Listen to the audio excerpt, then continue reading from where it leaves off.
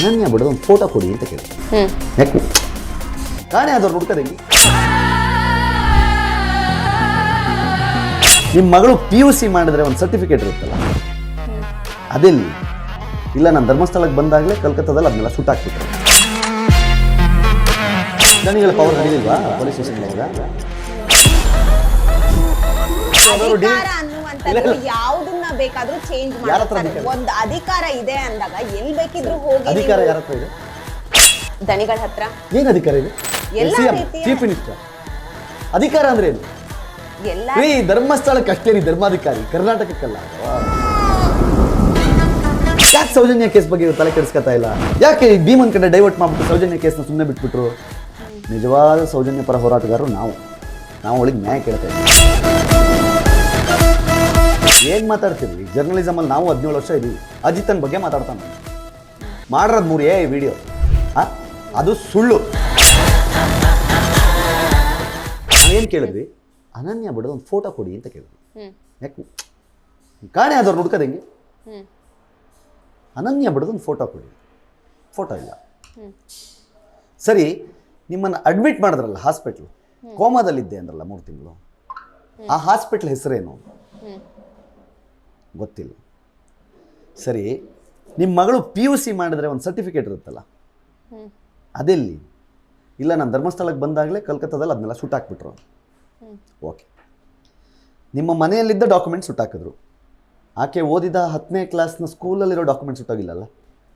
ಅವಳು 2nd PUC ಮಾಡಿದ ಕಾಲೇಜಿನ ಅಡ್ಮಿಷನ್ನಲ್ಲಿ ಇರೋ ಫೋಟೋ ಸುಟ್ಟೋಗಿಲ್ಲಲ್ಲ.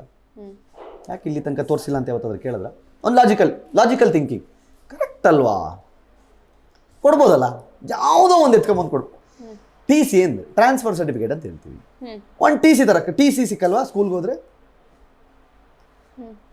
ಲಾಜಿಕಲ್.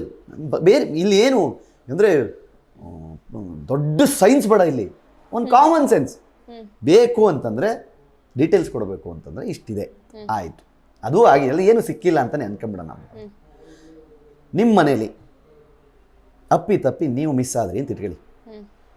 ನಿಮ್ಮ ಮನೆಯವರು ಎಷ್ಟು ವರ್ಷ ಆದ್ಮೇಲೆ ಕಂಪ್ಲೇಂಟ್ ಕೊಡ್ತಾರೆ? ಆಗ್ಲೇ ಕೊಡ್ತಾರೆ. ಕಾಣೆ ಆಗಿ ಇಲ್ಲ ರೀ, 23 ವರ್ಷ ವೆಯ್ಟ್ ಮಾಡಬೇಕು. 23 ಇಯರ್ಸ್ ವೆಯ್ಟ್ ಮಾಡ್ಬೇಕ್ರಿ.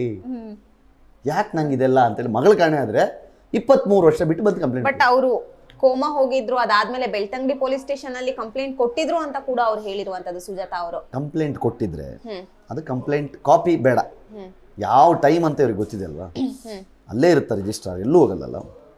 ಎಲ್ಲರೂ ದಣಿಗಳೊಂದಿಗೆ ಜಾಯಿನ್ ಆಗಿದ್ರೆ ಇನ್ನೇಗಾಗುತ್ತೆ. ಸರಿ, ಧರ್ಮಸ್ಥಳದಲ್ಲಿ ಮಿಸ್ಸಿಂಗ್ ಕಂಪ್ಲೇಂಟೇ ತಗೊಳ್ತಾ ಇರಲಿಲ್ಲ ಅನ್ನೋದು ಕೇಳಿದಿರಾ? ಯಾವಾಗ ಹೇಳೋದನ್ನ ಕೇಳಿದಿರಲ್ಲ?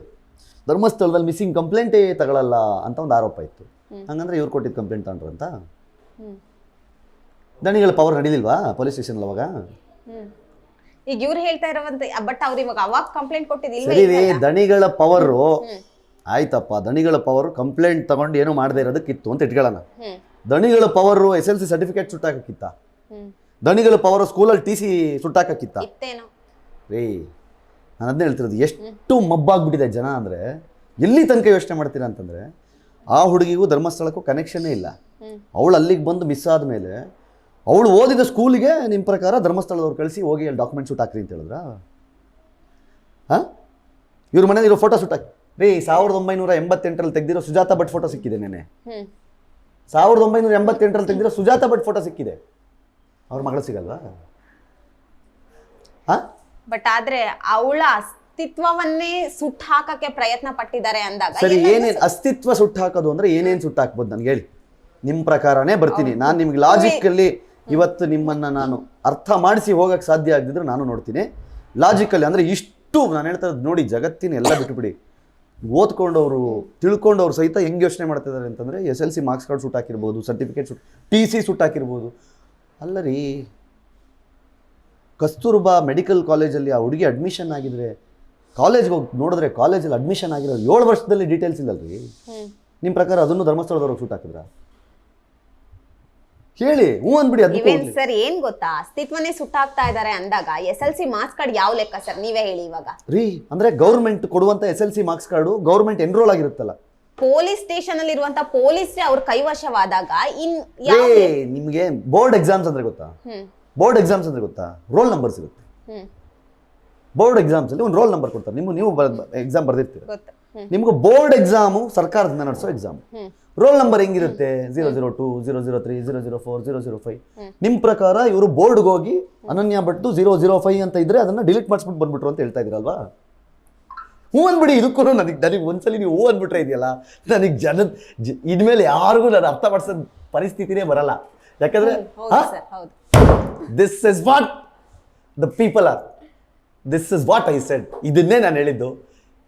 ಒಂದು ಬೋರ್ಡ್ ಎಕ್ಸಾಮ್ ಬರ್ದಿರುವಂತಹ ರೋಲ್ ನಂಬರ್ ಅನ್ನ ಧರ್ಮಸ್ಥಳದವರು ಯಾವ್ದನ್ನ ಬೇಕಾದ್ರೂ ಚೇಂಜ್ ಮಾಡ್ತಾರೆ. ಒಂದು ಅಧಿಕಾರ ಇದೆ ಅಂದಾಗ ಎಲ್ಲಿ ಬೇಕಿದ್ರು ಹೋಗಿ. ಅಧಿಕಾರ ಯಾರ ಹತ್ರ ಇದೆ? ದಣಿಗಳ ಹತ್ರ. ಏನ್ ಅಧಿಕಾರ ಇದೆ? Chief minister. ಅಧಿಕಾರ ಅಂದ್ರೆ ಏನು? ಧರ್ಮಸ್ಥಳಕ್ಕೆ ಅಷ್ಟೇ ರೀ ಧರ್ಮಾಧಿಕಾರಿ, ಕರ್ನಾಟಕಕ್ಕಲ್ಲ ಅವರು. ಧರ್ಮಸ್ಥಳ ಕ್ಷೇತ್ರಕ್ಕೆ ಧರ್ಮಾಧಿಕಾರಿ ಅವರ. ಏನ್ ಪವರ್ ಅಂದ್ರೆ ಸಿಎಂ ನಲ್ಲಿ ಆಡಿಸ್ತಾರೆ ಅಂತಾರ? ಏನ್ ಹೇಳಕ್ ಪ್ರಯತ್ನ ಪಡ್ತಾ ಇದೀರಿ ಹೇಳಿ? ಅಂದ್ರೆ ನೀವು ನನ್ಗೆ ಬೇರೆ ಏನು ಬೇಡ, SLC ರೋಲ್ ನಂಬರ್ನು ಸಹಿತ ಡಿಲೀಟ್ ಮಾಡ್ತಿರ್ತಾರೆ ಅಂತ ಯೋಚನೆ ಮಾಡೋ ಅಂತ ಹೋಗ್ಬಿಟ್ರೆ ಇನ್ನೇನು ಉಳ್ಕಂತಲ್ಲಿ. ಅಂದ್ರೆ ನಿಮ್ಗೆ ಇವಾಗ ನೀವ್ ಏನ್ ಹೇಳಿದ್ರು ನಾವು ನಂಬೇಕಷ್ಟೇ. ಯಾಕಂದ್ರೆ ಅವ್ರ ಪವರ್ ಹಂಗಿದೆ. ಅಂದ್ರೆ ಈಗ ನಿಶ್ಚಲ್ ಜೈನ್ ವೀಸಾ ಮೇಲೆ ಅವತ್ತಿನ ದಿನ ಅವ್ನು US ಅಲ್ಲಿ ಇದ್ದ ಅನ್ನೋದಕ್ಕೆ ಸಾಕ್ಷಿ ಇದೆ. ಅಲ್ಲಿ ನಡೆದಿರುವ ಟ್ರಾನ್ಸಾಕ್ಷನ್ಸ್ ಇದೆ. ವೀಸಾ ಪಾಸ್ಪೋರ್ಟ್ ಮೇಲೆ ಇವನು ಹೋಗಿದ್ದ ಡೇಟು, ರಿಟರ್ನ್ ಬಂದಿದ್ದ ಡೇಟ್ನ ಸೀಲ್ ಇದೆ. ಈ ಇಮಿಗ್ರೇಷನ್ ಸರ್ಟಿಫಿಕೇಟ್, ಇವನು ಹೋಗಿದ್ದ ದಿನದ ಇಮಿಗ್ರೇಷನ್ ಸರ್ಟಿಫಿಕೇಟ್ನ US ಎಂಬಸಿ ಅವ್ರು ಕೊಟ್ಟಿದ್ದಾರೆ. ಅಲ್ಲಿ ಇರುವವರೆಲ್ಲ ನೋಡಿದಾರಲ್ಲ ಸರ್, ಅವ್ರ ಕಣ್ಣೇ ವೀಸಾ ಕಾಪಿ ಮಾತಾಡ್ತಾ ಇದೀನಿ. ಇಮಿಗ್ರೇಷನ್ ಸರ್ಟಿಫಿಕೇಟ್ ಅಂದ್ರೆ US ಎಂಬಸಿ ಕೊಡೋದು. ನೀನ್ ನನ್ನ ದೇಶಕ್ಕೆ ಬರ್ತಾ ಇದೆಯಾ ಇಂಡಿಯಾದಿಂದ, ಇಮಿಗ್ರೇಷನ್ ಸರ್ಟಿಫಿಕೇಟು ಅದ್ರ ಮೇಲೆ ಸೀಲ್ ಹಾಕಿ US ಎಂಬಸಿ ಅವರು ಡೇಟ್ಸ್ ಕೊಟ್ಟಿದ್ದಾರೆ. ಈ ಡೇಟ್ ಇಂದ ಈ ಡೇಟ್ ಈ ಮನುಷ್ಯ ಇಲ್ಲಿದ್ದ ಅಂತ. ಎಲ್ಲಿಗೆ? ಇವ್ರಿಗೆಲ್ಲ ಭಾರತ ಸರ್ಕಾರಕ್ಕೆ ಕೊಡ್ತಾರೆ. ಭಾರತ ಸರ್ಕಾರ ಅದನ್ನ ತರಿಸ್ಕೊಂಡು ಕೇಸ್ಗೆ ಬೇಕು CBIಗೆ ಅಂದಿದ್ದಕ್ಕೆ ಅದನ್ನ ತಂದು CBIಗೆ ವಶ ಕೊಡುತ್ತೆ. CBI ಅವಾಗ ಹೇಳುತ್ತೆ, this is authentic, this is original documents, this is given by US government, ಹಾಗಾಗಿ ಈ ಕೇಸ್ಗೂ ನಿಶ್ಚಲ್ಗೂ ಸಂಬಂಧ ಇಲ್ಲ ಅಂತ ಹೊರಗಡೆ ಇಡುತ್ತೆ. ನಿಮಗೊಂದು ತಿಳಿದಿರಲಿ, ಇವತ್ತಿನ ತನಕ ನಿಶ್ಚಲ್ ಜೈನ್ ಹೆಸರು ಯಾವ ಪೊಲೀಸ್ ಸ್ಟೇಷನಲ್ಲೂ ಇವ್ರು ಕೊಟ್ಟಿಲ್ಲ, ಯಾವ ಕೋರ್ಟಲ್ಲೂ ಹೇಳಿಲ್ಲ. ಗೊತ್ತಾ ನಿಮ್ಗದು? ಬರೀ ಸೋಷಿಯಲ್ ಮೀಡಿಯಾ ಎದುರುಗಡೆ ಹೇಳ್ತಾರಷ್ಟೇ. ಕೋರ್ಟಲ್ಲಿ, ಪೊಲೀಸ್ ಸ್ಟೇಷನಲ್ಲಿ ನಿಶ್ಚಲ್ ಜೈನ್ ಹೆಸರೇ ಎಲ್ಲೂ ಸೇರಿಸೇ ಇಲ್ಲ ಇವರು. ಸ್ಟೇ ಆರ್ಡರ್ ತಂದ್ರೆ ಹೇಗೆ ಸರ್ ಮಾತಾಡ್ತಾರೆ? ಏನ್ ಸ್ಟೇ? ಯಾವ್ದಕ್ಕೆ ಸ್ಟೇ ಆರ್ಡರ್ ತಂದ್ರು? ಇವೆನ್ ನಮ್ಮ ಅಲ್ಲ ರೀ, ಒಂದು ವಿಷಯ ಯೂಸೇ ಮಾಡಬಾರ್ದು ರೀ. ನಿಶ್ಚಲ್ ಜೈನ್ ಹೆಸರು ಕಂಪ್ಲೇಂಟ್ ಅಲ್ಲಿ ಸೇರ್ಸಕ್ಕೆ ಯೂಸ್ ಮಾಡೋದಕ್ಕೆ ಸ್ಟೇ ಆರ್ಡರ್ ತರೋದಕ್ಕೆ ಏನ್ ಸಂಬಂಧ? ಹೆಸರು ಯೂಸ್ ಮಾಡಿ ನಿಮ್ಮ ಮನೆ ಎದುರುಗಡೆ ಪ್ರತಿದಿನ ಬೆಳಗ್ಗೆ ಅವನೊಂದು 10 ಜನ ಬಂದ್ಬಿಟ್ಟು ಕೆಟ್ಟ ಕೊಳಕ ನಿಮ್ಮ ಇಡೀ ಫ್ಯಾಮಿಲಿಗೆ ಬೈತಾ ಇದ್ರೆ ನೀವು ನಾವೇನು ತಪ್ಪು ಮಾಡಿಲ್ಲ ಅಂತ ಒಳಗಡೆ ಕೂತಿರ್ತೀರಾ? ಇಲ್ಲ ಹೊರಗಡೆ ಬಂದು ನೀವು ಮಾತಾಡ್ತೀರಾ? ಏನ್ ಮಾಡ್ತೀರಿ ಹೇಳಿ? ನೀವು ಹೇಳೋದು ನಿಮಗಾದ್ರೆ ನೀವು ತಡ್ಕೊಳ್ಳಲ್ಲ, ಅವ್ರಿಗಾದ್ರೆ ಅವ್ರು ಏನು ಮಾಡಬಾರ್ದು, ಸುಮ್ಮನೆ ಕೂತ್ಕೋಬೇಕು ಅಂತ ಹೇಳ್ತೀರಾ ಅಲ್ವಾ? ಅದು ಅವ್ರು ಲೀಗಲಿ ಮಾಡ್ತಿದ್ದಾರೆ, ಲೀಗಲಿ ಮಾಡ್ತಾ ಇದ್ದಾರೆ. ಸರಿ, ಅವ್ರದ್ದೇ ತಪ್ಪಿದ್ದಿದ್ರೆ ಕೋರ್ಟ್ ಯಾಕೆ ಅವ್ರಿಗೆ ಸಪೋರ್ಟ್ ಮಾಡುತ್ತೆ? ಕೋರ್ಟ್ ಯಾಕೆ ಅವ್ರಿಗೆ ಸಪೋರ್ಟ್ ಮಾಡುತ್ತೆ? ಕೊನೆದಾಗ ನೀವೇನ್ ಹೇಳಕ್ ಹೊರಟಿದ್ದೀರಾ ನೋಡಿ? ಸೌಜನ್ಯ ನ್ಯಾಯ ಬೇಕು. ಸೌಜನ್ಯ ನ್ಯಾಯ ಬೇಕು ಅಂತಂದ್ರೆ ಇವ್ರು 3 ಜನದ ಹತ್ರ ಸಾಕ್ಷಿ ಇದೆ. ಆ ಸಾಕ್ಷಿನ ಅವ್ರು ತಗೊಂಬಂದು ಕೊಡಬೇಕು. 1979 ವೇದವಲ್ಲಿ ಕೇಸು ರಿಓಪನ್ ಆಗಬೇಕು SIT ಅಂತ ಕೇಳ್ತಾ ಇದ್ದಾರೆ. ಮಾಡಿ. 1986 ಪದ್ಮಲತಾ ಕೇಸನ್ನ ರಿಓಪನ್ ಮಾಡಬೇಕು ಅಂತ ಕೇಳ್ತಾ ಇದ್ದಾರೆ. ಮಾಡಿ. 2012 ನಡೆದಂತಹ ಜೋಡಿ ಕೊಲೆ, ಆನೆ ಮಾವತನ ಕೊಲೆ ಏನಿದೆ ಅದನ್ನ ರಿಓಪನ್ ಮಾಡಬೇಕು ಅಂತ ಕೇಳ್ತಿದ್ದಾರೆ. ಮಾಡಿ. ಆದ್ರೆ ಅದೇ SITಗೆ ಹೋಗಿ ಸೌಜನ್ಯ ಕೇಸ್ನ ರಿಓಪನ್ ಮಾಡಿ ಅಂತ ಇವ್ರು ಯಾಕೆ ಕೇಳ್ತಾ ಇಲ್ಲ? 79 ಕೇಸ್ ಓಪನ್ ಮಾಡಿ ಅಂತ ಕೇಳ್ತಾ ಇದ್ದೀರಾ. 2012 ಕೇಸು ಅಂಡ್ ನಿಮ್ಮ ಹತ್ರ ಸಾಕ್ಷಿಗಳಿದೆ. SITಗೆ ಹೋಗಿ ಇದನ್ನ ರಿಓಪನ್ ಮಾಡಿ ಅಂತ ಯಾಕೆ ಕೇಳ್ತಾ ಇಲ್ಲ ಅಂತ ನಿಮ್ಮ ತಲೆಗೆ ಬರ್ತಾ ಇಲ್ವಾ? ಯಾರಾದ್ರೂ ತಡೆದಿಯಾರ? ನಿಮ್ಮ ಪ್ರಕಾರ ಈಗಲೂ ಯಾರಾದ್ರೂ ತಡೀತಾ ಇದ್ದಾರಾ? ಯೋಚನೆ ಮಾಡಿ. ಒಂದು ಏನು ಬೇಡ ಇದರಲ್ಲಿ ಏನು ದೊಡ್ಡ ಸೈನ್ಸ್ ಏನೂ ಇಲ್ಲ ಇದರಲ್ಲಿ. ಕರೆಕ್ಟ್ ಅಲ್ಲ? 79 ಕೇಸ್ ರಿಓಪನ್ ಮಾಡಿ ಅಂತಾರೆ, 86 ರಿಓಪನ್ ಮಾಡಿ ಅಂತಾರೆ, 30 ಕೇಸ್ ರಿಓಪನ್ ಮಾಡಿ ಅಂತಾರೆ. ಸೌಜನ್ಯ ಕೇಸ್ ರಿಓಪನ್ ಮಾಡಿ ಅಂತ ಯಾಕೆ ಹೇಳ್ತಾ ಇಲ್ಲ ಇವರು? ಯಾಕೆ ಸೌಜನ್ಯ ಕೇಸ್ ಬಗ್ಗೆ ಇವರು ತಲೆ ಕೆಡಿಸ್ಕೊತಾ ಇಲ್ಲ? ಯಾಕೆ ಭೀಮನ್ ಕಡೆ ಡೈವರ್ಟ್ ಮಾಡ್ಬಿಟ್ಟು ಸೌಜನ್ಯ ಕೇಸ್ನ ಸುಮ್ಮನೆ ಬಿಟ್ಬಿಟ್ರು? ನಿಜವಾದ ಸೌಜನ್ಯ ಪರ ಹೋರಾಟಗಾರರು ನಾವು ಅವಳಿಗೆ ನ್ಯಾಯ ಕೇಳ್ತಾ ಇದ್ದೀವಿ. ನಿಮ್ಮ ಹತ್ರ ಇರೋ ಸಾಕ್ಷಿ ಅಂತಂದು ಕೊಟ್ಟು ಅವಳಿಗೆ ನ್ಯಾಯ ಕೊಡಿ ಅಂತ ಕೇಳ್ತಾ ಇದ್ದೀವಿ. ಎಲ್ರಿ ನ್ಯಾಯ ಸಿಗಬಾರ್ದು ಅಂತ ಹೇಳಿದೀವಿ ನಾವು? ಏನು ಸೌಜನ್ಯ ಪರ ಇದ್ದು ಕೂಡಲೇ ನಾವು ಧರ್ಮಸ್ಥಳ ಪೂಜೆ ಮಾಡಬಾರ್ದಾ? ಧರ್ಮಸ್ಥಳದ ಪರ ನಿಂತ್ಕೋಬಾರ್ದಾ? ಧರ್ಮಸ್ಥಳದವರು ತಪ್ಪು ಮಾಡಿದಾರೋ ಮಾಡಿಲ್ವೋ ಕಾನೂನಾತ್ಮಕವಾಗಿ ಗೊತ್ತಾಗುತ್ತೆ ನಾಳೆ ದಿನ. ಅಲ್ಲಿ ತನಕ ಕಾಯೋಣ.